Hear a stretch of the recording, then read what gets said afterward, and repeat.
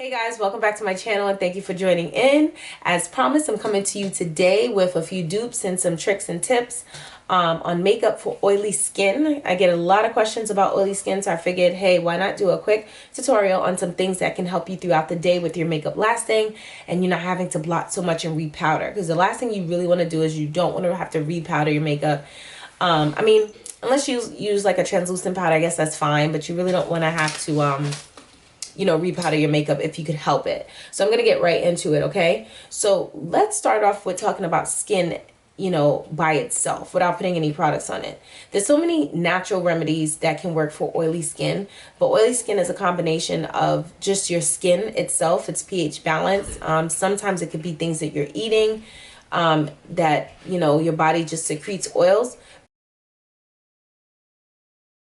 A natural ingredient that you actually can use is lemon or anything citrus based. So you can use a citrus based toner. I particularly use the one from Eminence. It's an organic line. I'll be sure to link it below if you guys want to at least check it out and do some research on it. So you can do that prior to preparing to set up your makeup. Another good thing to do is you actually can mix a little translucent powder in your liquid foundation. Now, I haven't tried it with cream foundation, so I really can't say. And just mix it a little bit as you apply it. I mean, try it. You basically take some, I'm using, for example, RCMA. You can mix some RCMA inside your liquid foundation. Now, I per se don't necessarily prime for my clients unless they have bumps, acne, some type of texture to the skin. Even if they have like major pores. My trick with major pores is basically to rotate any tool that I'm using to put foundation on, whether it be a sponge or a brush, particularly a stippling brush, and I go back in opposite motions until those pores are filled with foundation, and trust me, it works and it smooths right out.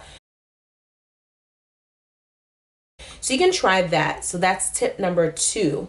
So 1, just repeating, was using a citrus-based toner to the skin, okay?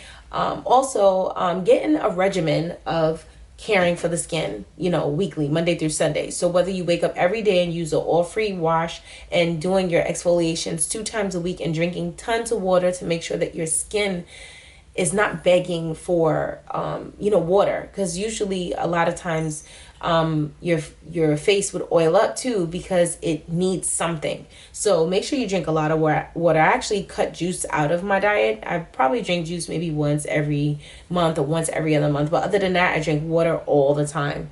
And I have no problem with that. So that was tip number 2.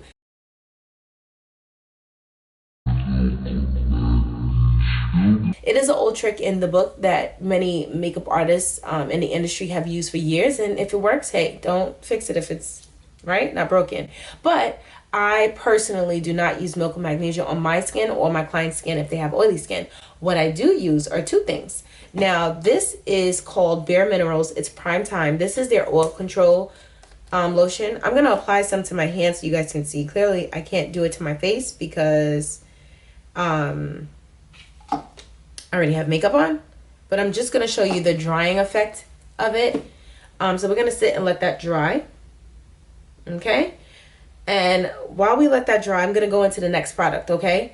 This is Skin Prep by Mayron. Now this is Stage Performance Makeup. This is pre-makeup skin toner. So again, a skin toner. Now, when you apply this all over your face with a cotton pad or whatever you choose to add it with, I particularly like to use a cotton pad. You can use a flat foundation brush as well. It helps makeup last longer under stressful performance conditions, which pretty much means if you're on stage with a lot of lighting, you're moving around with a lot of sweat, this is going to help make that makeup last. So I'm going to also, and this is also liquid. So let me shake it up because I haven't used it in quite some time. And this is the big size. I believe it comes in a smaller size, but this is the big size. All right. I'm going to rub that in. You can see it's like liquid. Can you guys see that? So it's liquid. All right. I put a little too much, so now that's going to take forever to dry. I actually was going to use my fan in this video to show you guys the drying, if speeding up. But anyway, the battery ran out. Ooh. But this is something that you guys should all have as makeup artists for your kit. It helps to dry lashes because it's not sanitary to blow on lashes using your own air. It helps to dry any setting spray that you have put on. It helps to dry mascara to prevent the mascara from going above, you know, the crease and messing up all that beautiful work that you did. I love it. Mine also has a light toward the top. So I haven't used a light. Don't know what I could use it for, but hey, you know, all that jazz. All right, so let's look what happened. Do you guys see what happened here? My hand pretty much looks like old skin over here, right? If you guys could feel how stiff and dry this Miron is, oh my goodness. And this is the Bare Minerals one. So the same effect that Milk of Magnesia has, look, the Bare Minerals has the same thing. And when I tell you, look, I'm scrubbing, it doesn't move. So you do not have to use Milk of Magnesia. You do have other options. You don't even have to apply this all over your face. I have combination skin, and most of my oily areas are right here. A matte finishing spray. So this is the end result of it. So when you set your face, you don't want to set your face with things like the Fix by MAC. A lot of people use that. They don't really know that that's not necessarily a setting spray. All it does is finish off the skin to make it look like skin. So if there's anything that's powdery or anything like that that you had on your skin, you want it to like look like skin, you would apply that, spray it all over, and it'll give you like the skin finish. But it is not used to set, okay?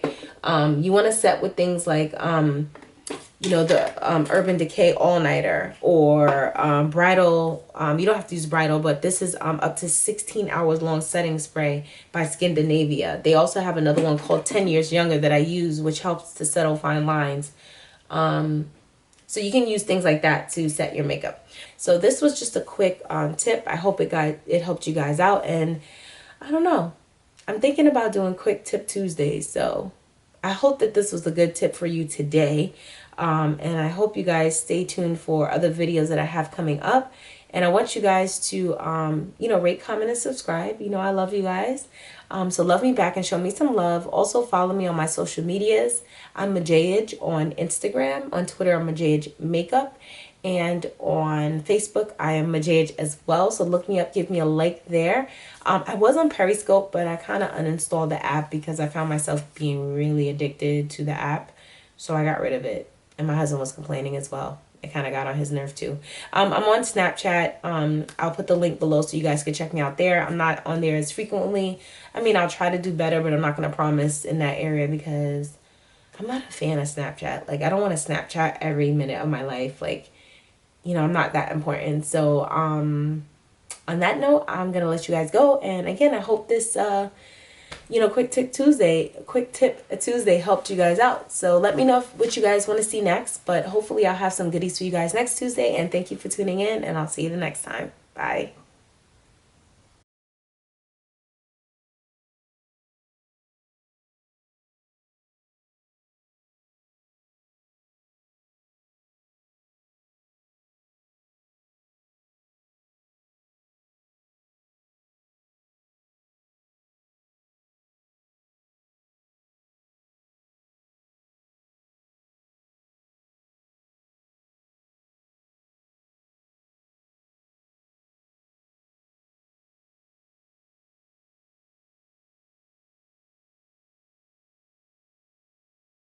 Dealing with the devil, you ain't never ever gonna be mine. 'Cause I'm born to dance in the moonlight.